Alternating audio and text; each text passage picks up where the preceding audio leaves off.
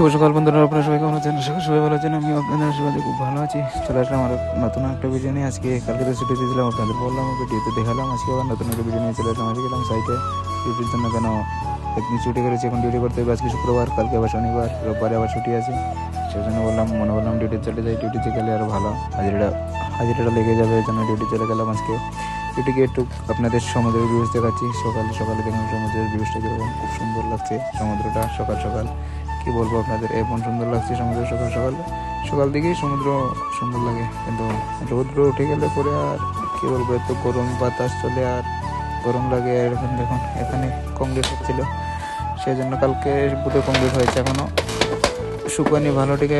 আর গরম হাওয়া আসছে কংক্রিট থেকে, গরম তাপ উঠছে কংক্রিট থেকে, এখনো শুকায়নি কংক্রিটটা ভালো থেকে। আর নিচে দেখেন আর একটা সাইডে দেখেন এরকম ঘর টর উঠছে। আর সামনে সমুদ্রটার ভিউজটা কী বলবো আপনাদের, একদম খুব মজা লাগছে। সেই সমুদ্রের মজাটা লাগছে।